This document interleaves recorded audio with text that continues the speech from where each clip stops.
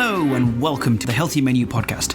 I'm Karan and I'll be your host for the show. Joining us on this episode of the Healthy Menu Podcast is a cannabis writer, chef, and founder of Feels Like More Company, Jennifer Blakney. Feels Like More Company has been active for over 4 years and was built from the ground up by Jennifer, who managed the entire process from recipe development to production and marketing. She's also been featured on Radio Canada and in High Times magazine. Jennifer and I will be discussing cannabis edibles within the food service industry, what hurdles she faced developing the Feels Like More company, and what the recent legalization of cannabis edibles means for her and her business. We're extremely excited to have Jennifer on the show today. Welcome, Jennifer. Thank you for having me, Karan. It's great to be here. Fantastic. So, as we heard in the introduction, you're a cannabis writer, you're a chef, and you're also a founder of a company. Do you want to tell us more about that? So my company is called Feels Like More. And Feels Like More was founded in 2015 after I wasn't able to find edibles on the unregulated market any longer. I was buying cookies and Rice Krispie squares and realized that with my pastry skills, I could easily make these items by myself. Yeah. So using the cannabis I had on hand, I went on the internet and I found a canna butter recipe. I followed it to a T. It was very black. And I put it into cookies and fudge. And had a really interesting first experience making my own edibles. Awesome. But it wasn't so negative that it made me not want to try it again. I kept refining the recipe. I asked my friends and family to try them and give feedback. And over time, I refined my recipes. So initially, I was doing, like I said, cookies and basic bakery items like that, brownies, but I want to make items more elevated because there were other people that were already making these. So I wanted to stand out from the crowd, if you will, in an unregulated market. So I looked to my cordon bleu training, and that's a lot of traditional French techniques, a lot of meringues, a lot of mousses, but what really drew me was the French macaron, and that's what became my flagship product. And in 2016, as I became more integrated in the cannabis community, I found out about the Karma Cup competition. And that's a Canada-wide cannabis competition where growers can submit their flowers, submit their concentrates, and edibles creators like myself can submit their edibles. And in my first year of submitting, I actually won second place. Awesome. So that was really encouraging for me. Yeah, for sure. So you said you kind of had this training, Le Cordon Bleu, right? Yes. So that's quite prestigious, isn't it? Is it quite Anybody can do it. However, it is boot camp. Right. I went to the location in Ottawa, which is where I'm from, so it made it very easy for me to have my support system around because it was very challenging. Yeah, I bet. I started Cordon Bleu 22 days after graduating from university, so I had no breathing room in between two very intensive programs. And I began studying their basic cuisine certificate. Right. And that was very difficult. I had no prior experience in kitchens. I was just watching a lot of Food Network, making a lot of stuff by myself, and just generally developing a normal interest for cooking. But after becoming disinterested and disenfranchised with classical music, which is what I studied in university, I was looking for that next step. And cooking seemed it. I really wanted to make cakes. So I decided to go to Cordon Bleu. So, I mean, you mentioned a second ago, kind of trying to stand out in an unregulated market. How did that kind of work? How did you kind of manage to start something like that? Was it kind of, what difficulties involved with that? There were a lot of difficulties because you can only promote yourself so much. What you're doing is illegal. You can't market yourself. You can't go to investors. You can't go to banks. You can't start to build your business in the traditional ways that everybody else is accustomed to.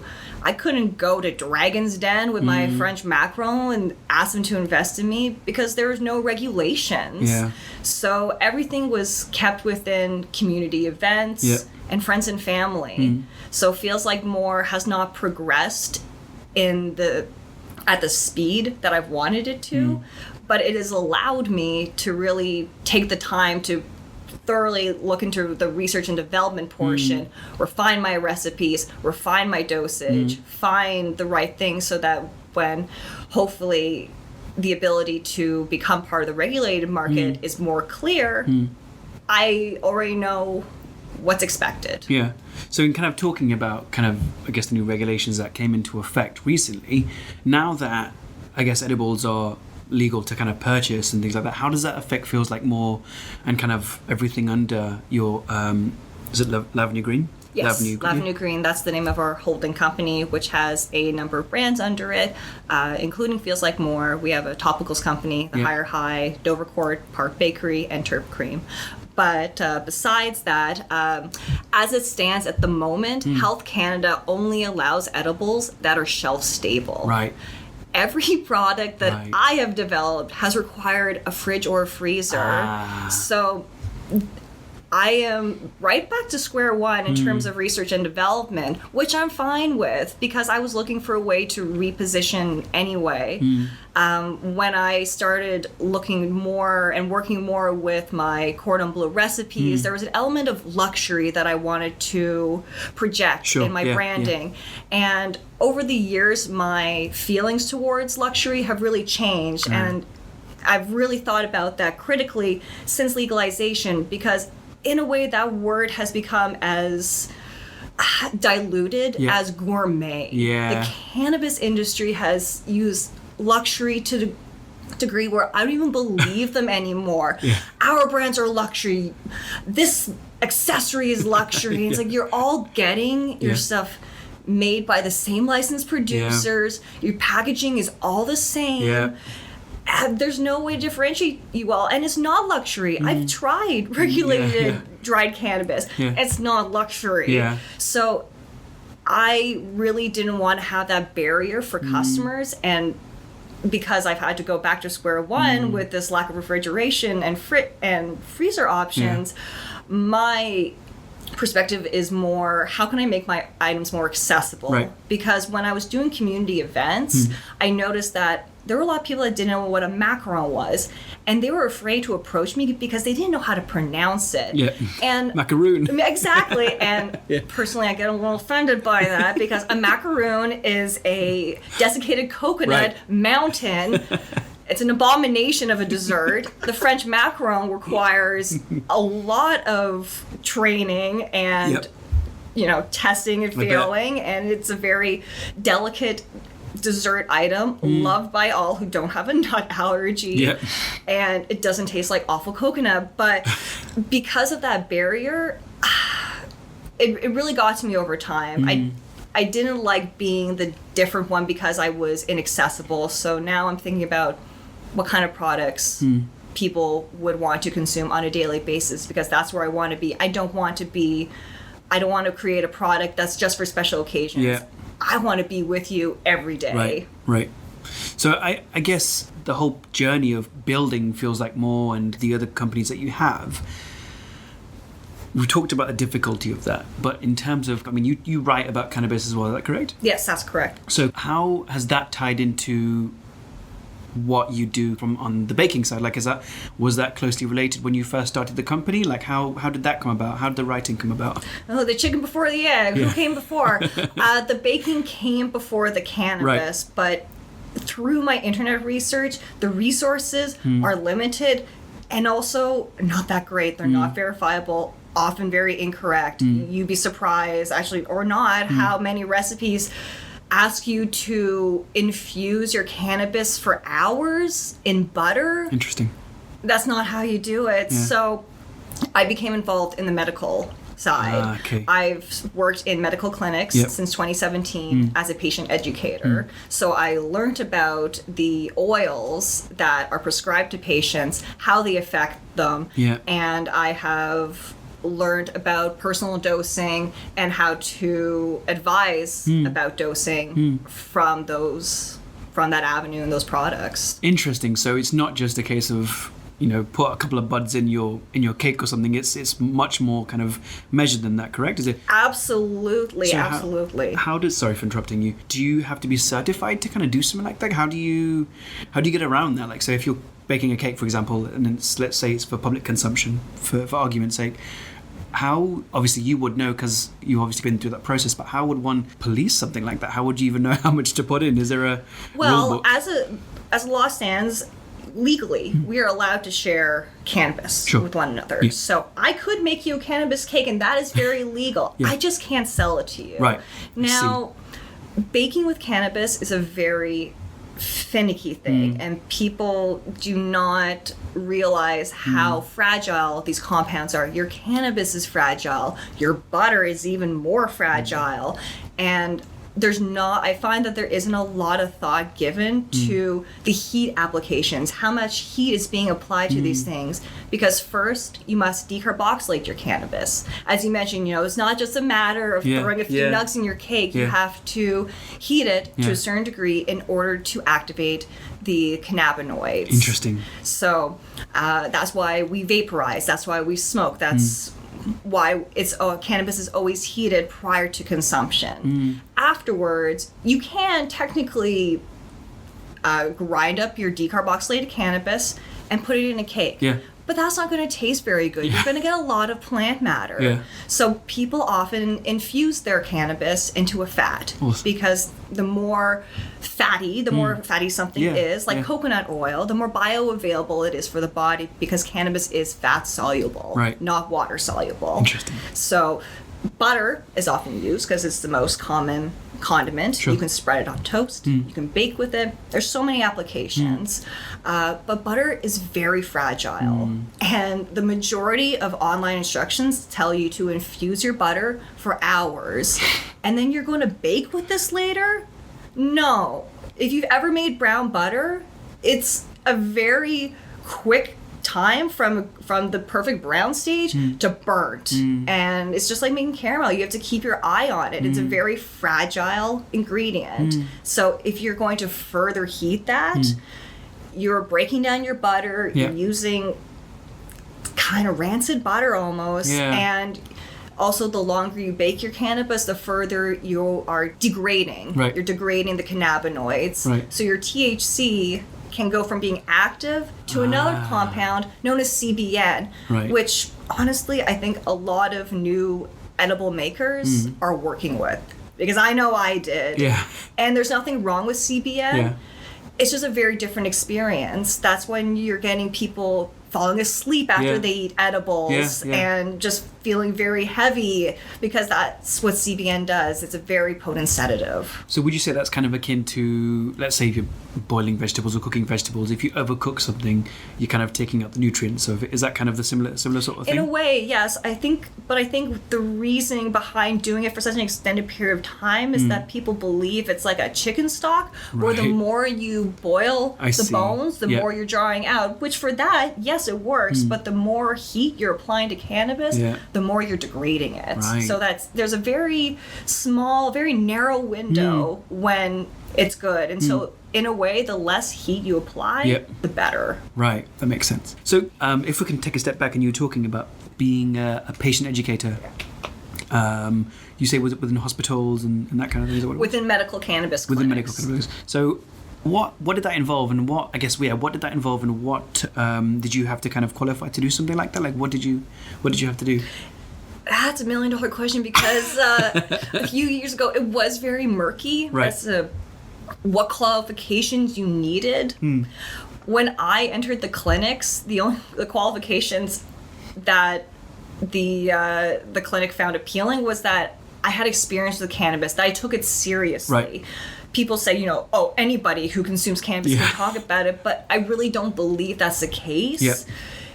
It's like, you can drive your car every day, but not know how the engine works. Exactly. I had 2 cars 10 years ago, and I couldn't tell you how either of them work. So, I really think about how cannabis affects me, how it affects different people, because cannabis will affect us all differently. Our physiology, our metabolism, how much we ate that day, how we're feeling. Yeah. All these unique factors will come into play when we consume cannabis. Yeah, for sure. So working in the clinics, it was a bit of a hand-holding in a way, because patients come to cannabis clinics not as the first line of defense, but the last one. And they're very desperate for something to work. And you don't want to over-deliver. So it was a very interesting process to learn how to manage expectations, how to properly guide them, because we would have follow-ups every few months, see how everything's going.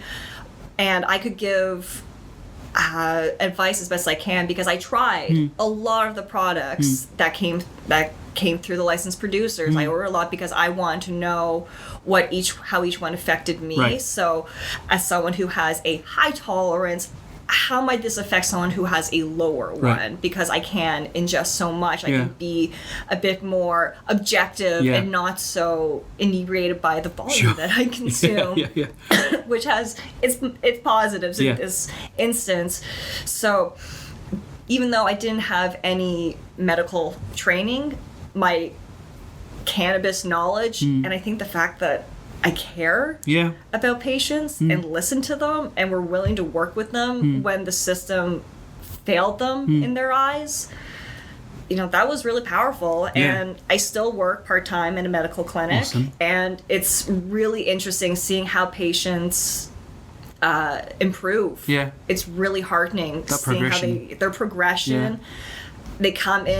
Some come in so broken emotionally, physically, and over time, because I send out follow-up reports to the doctors,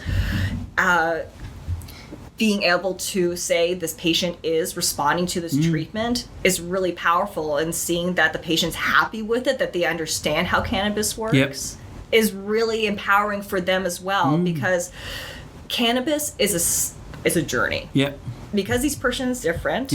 There's no prescriptive way to prescribe it yet. You can't say, you only need 1 gram of cannabis. You only need 20 milligrams of this oil. It's impossible to find out without experimentation. That is scary for a lot of elderly patients who've grown up with the stigma of cannabis. The idea that they could even get a little bit high is terrifying to them.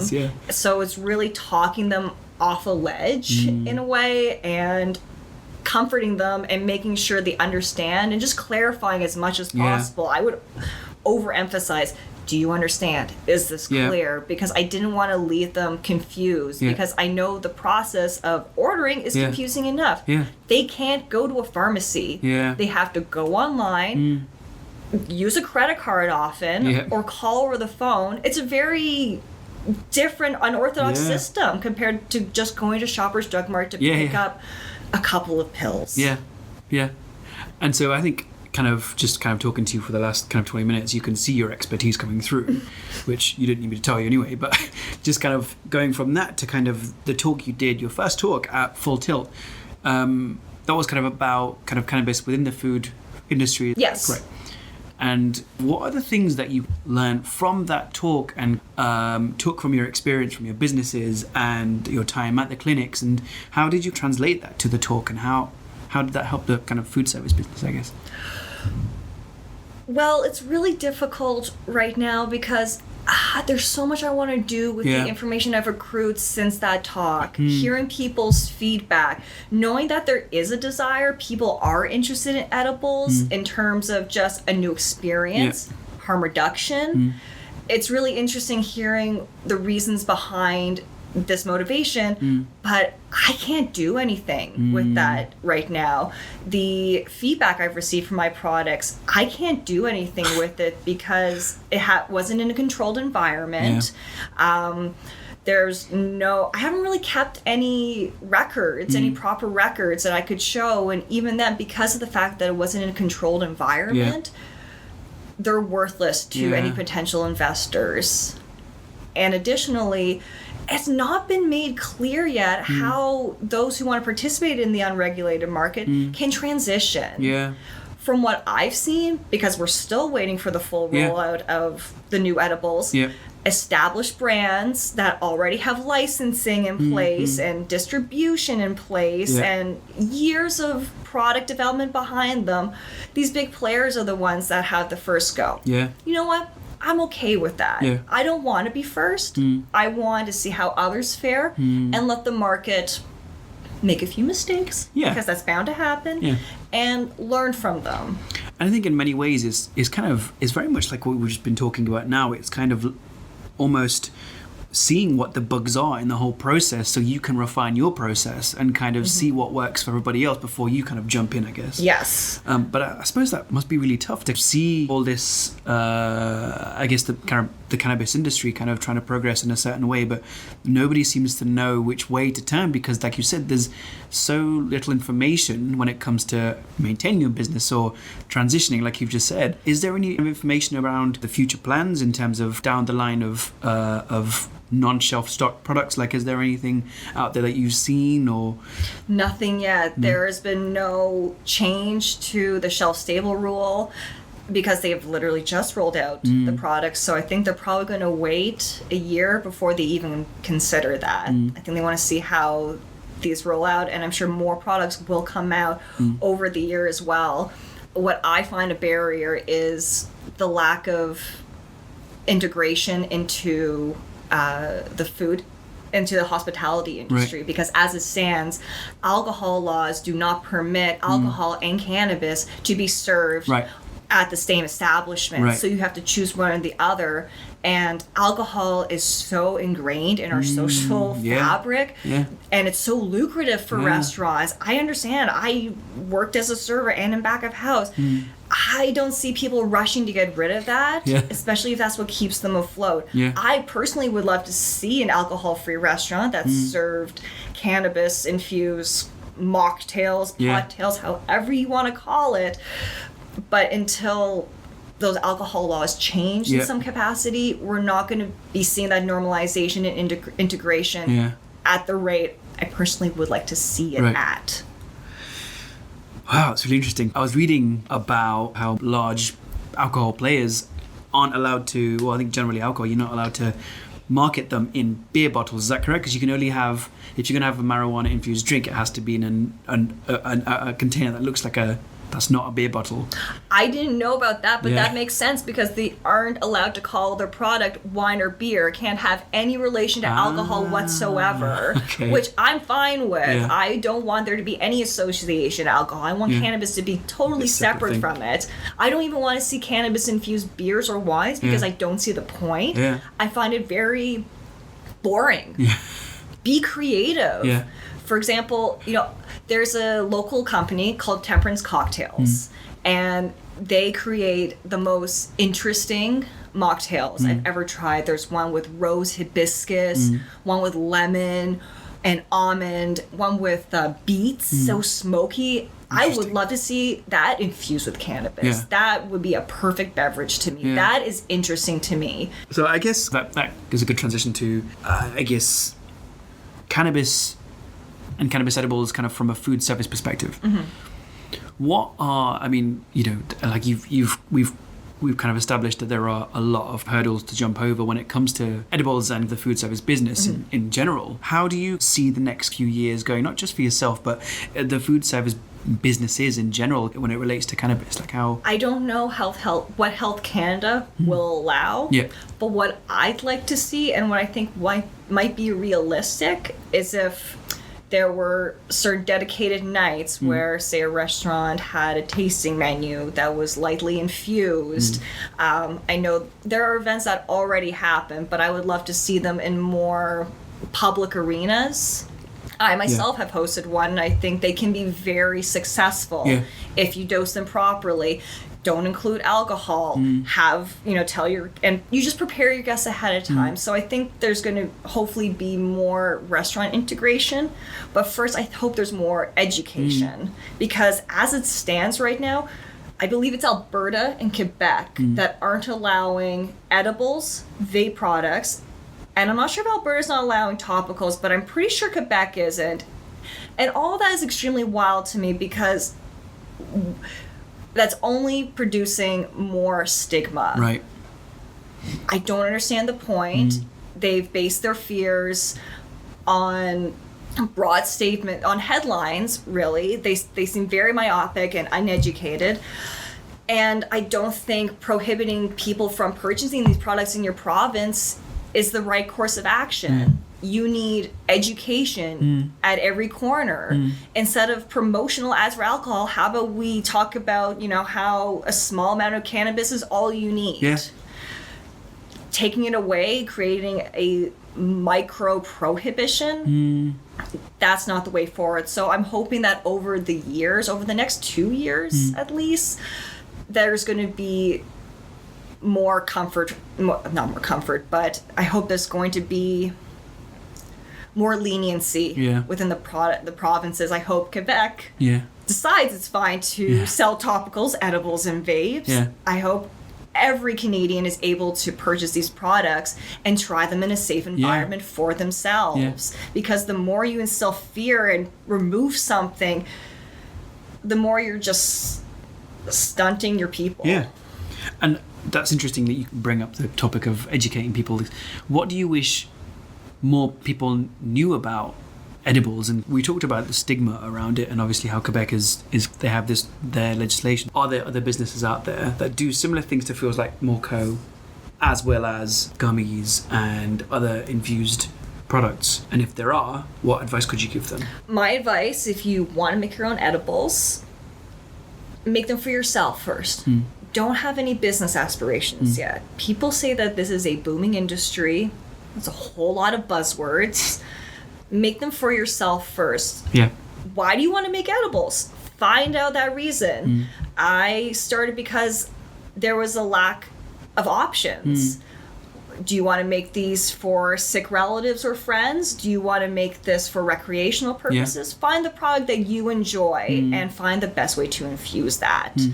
My advice for infusions is to apply as little heat as possible.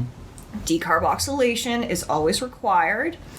In terms of the fat you use to infuse, coconut oil has a lot of applications. So you can use that either topically or put it in a baked or raw good.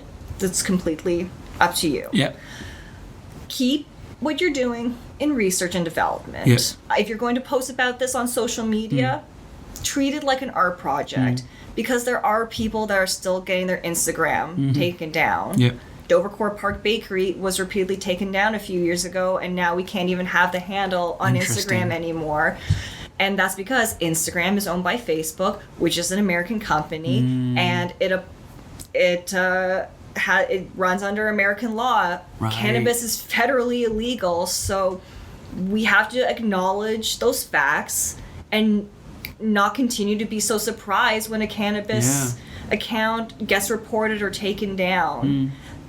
I've seen a lot of people make a lot of mistakes where they've been very loud about promotion and they've lost their portfolio because that's what Instagram is in a way. It's a business portfolio. When you don't have a website, it's a very easy way to show your work to a lot of people and to reach a lot of people because of the algorithms that exist and the explore function. But you also can't be too loud, so it's a very fine line. So just be careful in the wild world of the Instagram. So I guess it's interesting because it's such, like you said, it's a fine line, and it's kind of scarily fine because you want to develop your brand, but at the same time you're almost constricted to these rules that, whilst the country that you live in is trying to adhere to, the countries that host these applications and programs and websites aren't even adhering to these the same legislations to what you're trying to kind of get through with. Yes. What I can also suggest is start to work on your brand. Right. Figure out what it is you'd like to make, why you want to make it, what is your brand philosophy. Figure that out. That is not wasted time, because if this is something you want to pursue down the road and there are actual ways for you to transition into the regulated market, you'll be ready. That's what I'm doing currently. I'm working on my branding, redefining my message, my products, how I want to be marketed. And I've also got some side projects on the go as well, because cannabis is not a reliable industry yet. Yeah. Everything's a startup. Yeah. Everything's unpredictable. Yeah. So I'm working on uninfused products as well. Right. Just so it's easier to take to market and hopefully build a brand loyalty through those types of products. So I think, what's interesting, what you're saying is, when it comes to marketing cannabis-related products, there's so much that goes into the development of not just the products, but the branding and kind of everything. And that brings me to, I guess, what for L'Avenue Green and the umbrella the companies that you have, what are the next few years looking like for them, and kind of how do you intend on, if you have an intention yet, on taking it to market and bursting through these restrictions that have been imposed on you guys? Like, how do you have a plan yet? Or, I mean, you've mentioned obviously you're working on your branding and that kind of stuff, but kind of what are the steps, and do you have a timeline on what you want to accomplish, I guess? Well, the timeline will be dependent on the policies. Sure. So right now I'm taking the time to be very deliberate with my branding, figuring out the message, and like I mentioned before, how I want to be perceived, how I want my customer to interact with my product. In terms of how to get those to regulated dispensary shelves, I'm not sure yet. Yeah. What I understand is you have to work with a licensed producer and go through them, which I would be happy to do. However, the ways in which to get that ball rolling have not been made clear. Yeah. So what I'm doing with my partner currently is working on a line of uninfused products that we're hopefully going to be debuting in the summer. Don't have any firm timelines on that yet. We're still in development stages, but these products we're really excited about. I don't want to talk about it too much, but they're cannabis adjacent. Yep. That's what I'll say about them. Yeah. And they're delicious cannabis adjacent treats, and they're going to be really interesting for the cannabis novices. Yeah. I think it'll be a great, fun, educational treat for people. Excellent. So that is our first step for our brands, and then from there we'll see what happens. Awesome. I guess one of my final points is kind of where can people learn, not just people, where can businesses learn more about edibles and the process behind that? And is there somewhere that you have a go-to in terms of learning about not just the process, but the development of a company like this? Where would you suggest that people go? I'm going to be a little bit personally biased and say that I've written a lot of articles on these topics, and they're all on my website, jenniferblakney.com. I've written about how to make your edibles, why you should use certain fats, why you should use certain temperatures, all these parameters. I've talked about dosing, integrating into your lifestyle, terpenes, all these things. Excellent. So I feel I'm a very good resource. I've been working in clinics since 2017 and have learned a lot. I can talk about a lot of the medical products that are available, as well as a lot of the recreational ones, because they are ostensibly the same as medical ones, just under different branding.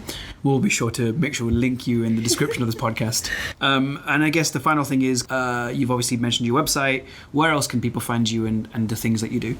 You can find me on social media. I'm very active on Instagram and Twitter. Yes, you are. My handle is Blakneys, and that's spelled BLAKEKNEES.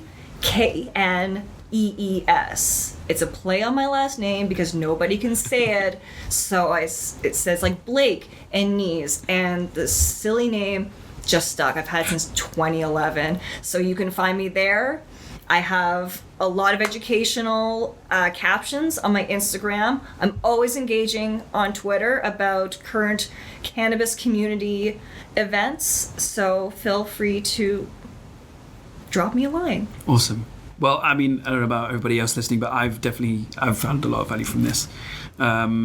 It's evident that you talked about everything your time as a patient educator and your time even doing the talk.